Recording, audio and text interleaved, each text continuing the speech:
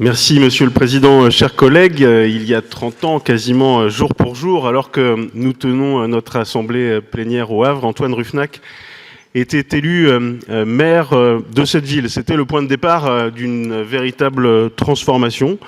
Le Havre devenu en quelques années métropole maritime internationale, avec une métamorphose qui s'est poursuivie par la suite avec les équipes qui lui ont succédé et qui a été massivement soutenue par la région Normandie. Et pour ne citer que deux exemples, l'aménagement de la Chatière du port du Havre, le soutien massif au campus également, avec l'implantation de nouvelles écoles.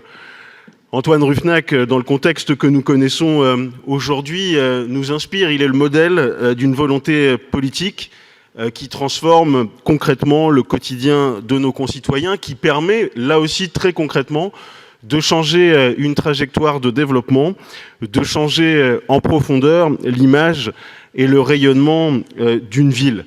Une volonté politique partagée par la région qu'il est bon de rappeler dans le contexte que nous connaissons de surplace gouvernementale, de sentiment d'impuissance aujourd'hui, avec des mesurettes, des lois symboliques qui s'enchaînent, un sens des priorités parfois décalé ou déroutant, comme le changement de mode de scrutin qui apparaît pour le Premier ministre comme absolument décisif. Bref, un spectacle national avec des débats hystérisés, caricaturaux jusqu'à l'absurde parfois, et une anxiété à l'arrivée pour nos concitoyens, là où les priorités devraient être le rétablissement des comptes publics par les réformes de structure, par des priorités comme le logement notamment.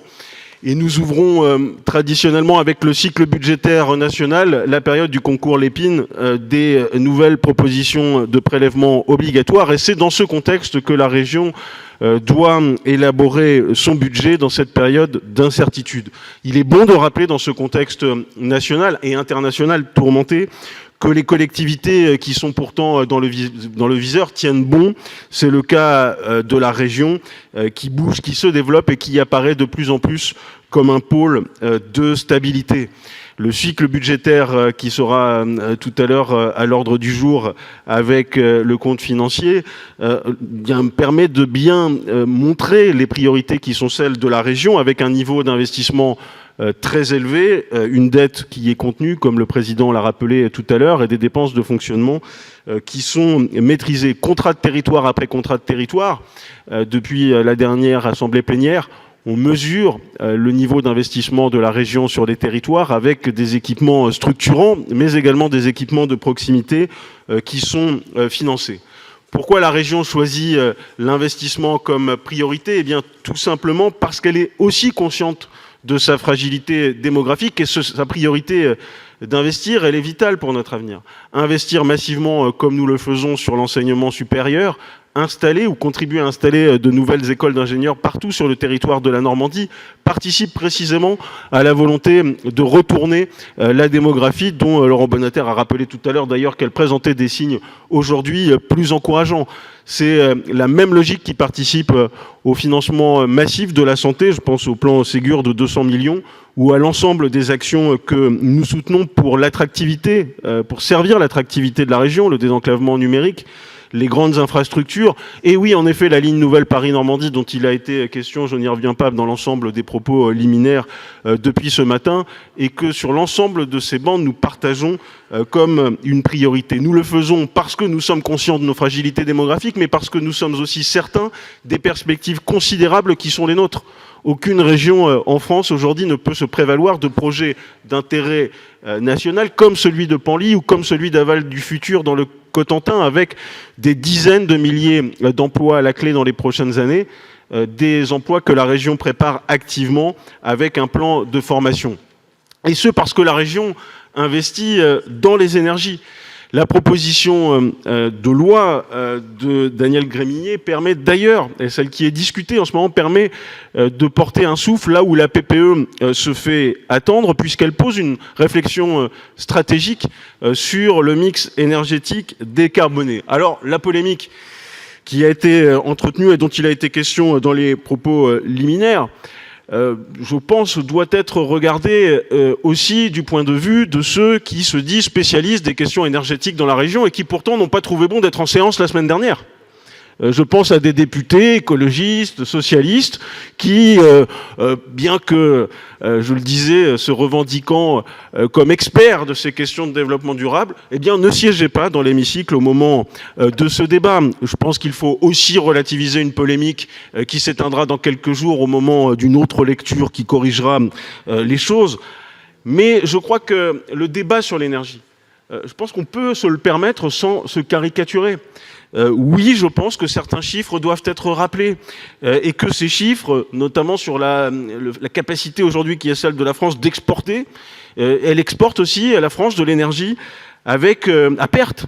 Il faut le rappeler, elle exporte de l'énergie à perte et on lui contraint d'acheter certaines énergies renouvelables à 2 ou 3 fois et bien finalement inférieur au coût de ces exportations. Ce coût colossal, il est aussi à mettre en relation avec des panneaux photovoltaïques qu'on vient acheter de Chine et un chiffre que l'on rappelle qui est celui de 6% des Normands qui sont favorables simplement à l'implantation d'éoliennes terrestres, 6% seulement, avec une énergie au rendement parfois dérisoire. Donc oui, la question des énergies renouvelables du point de vue de l'éolien terrestre peut être posée dans le débat public sans que la polémique vienne effacer ces données qui sont des données de fond. Alors oui, nous sommes attachés à la région Normandie, à l'éolien offshore. Oui, nous sommes attachés à l'hydraulique comme nous sommes attachés à l'hydrolienne. Et il y a quelques semaines, le président de région dans le Cotentin, sur le port de Cherbourg en Cotentin, dont Laurent Beauvais a eu raison de rappeler que des investissements massifs de 100 millions y ont été réalisés il y a quelques années, eh bien cet attachement de la région, il se matérialise concrètement par une filière qui avait été lâchée en effet en rase campagne par le gouvernement de l'époque en 2018 et avec une usine, on se rappelle, Open Hydro, qui avait été inaugurée en juin et fermée en juillet faute de volonté politique. Et donc oui, la région soutient ce mix énergétique décarboné avec du nucléaire, bien évidemment, de l'éolien offshore, le plus loin possible des côtes pour éviter les nuisances paysagères et le caractère unique des paysages normands, l'hydraulique et l'hydrolien qui, lui, ne présente aucun signe d'impact paysager et qui mérite d'être soutenu compte tenu des promesses qu'il représente en termes de rendement.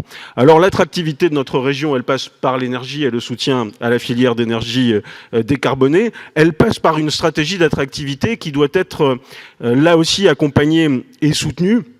Et puis la capacité qui est la nôtre de renvoyer des messages positifs à l'extérieur.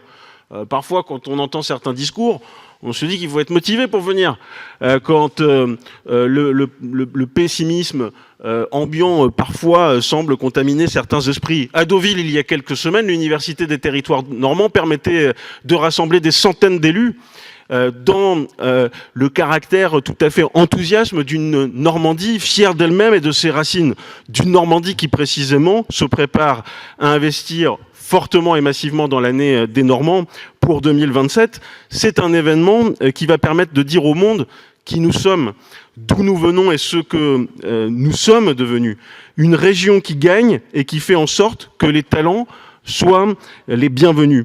Également, un engouement qu'il faut noter dans la perspective de cette année des Normands, un engouement qu'elle suscite cette initiative dans l'ensemble des territoires de Normandie, comme en Irlande, en Grande-Bretagne ou en Sicile, pour ne citer que ces exemples. Oui, nous sommes porteurs de valeurs, dont le prix Liberté, il y a quelques semaines, a permis de mesurer l'ampleur, comme les cérémonies du débarquement ou la stratégie de classement mondial, au patrimoine mondial des plages du débarquement permet également de souligner l'acuité. Ces valeurs, nous les avons célébrées tout au long du mois de juin et nous continuerons de le faire avec la fierté d'une région qui rayonne, avec un cap qui est assumé et qui permet à la région d'avancer dans cette période tourmentée et dans cette période d'incertitude, avec un budget dont nous parlerons aujourd'hui, qui est à la fois ambitieux mais rigoureux. Et c'est ce message que nous voulons porter à la jeunesse de Normandie rassemblée aujourd'hui dans le Conseil régional des jeunes, que je salue à mon tour, d'une région capable de produire des messages positifs pour renforcer son attractivité. Je vous remercie.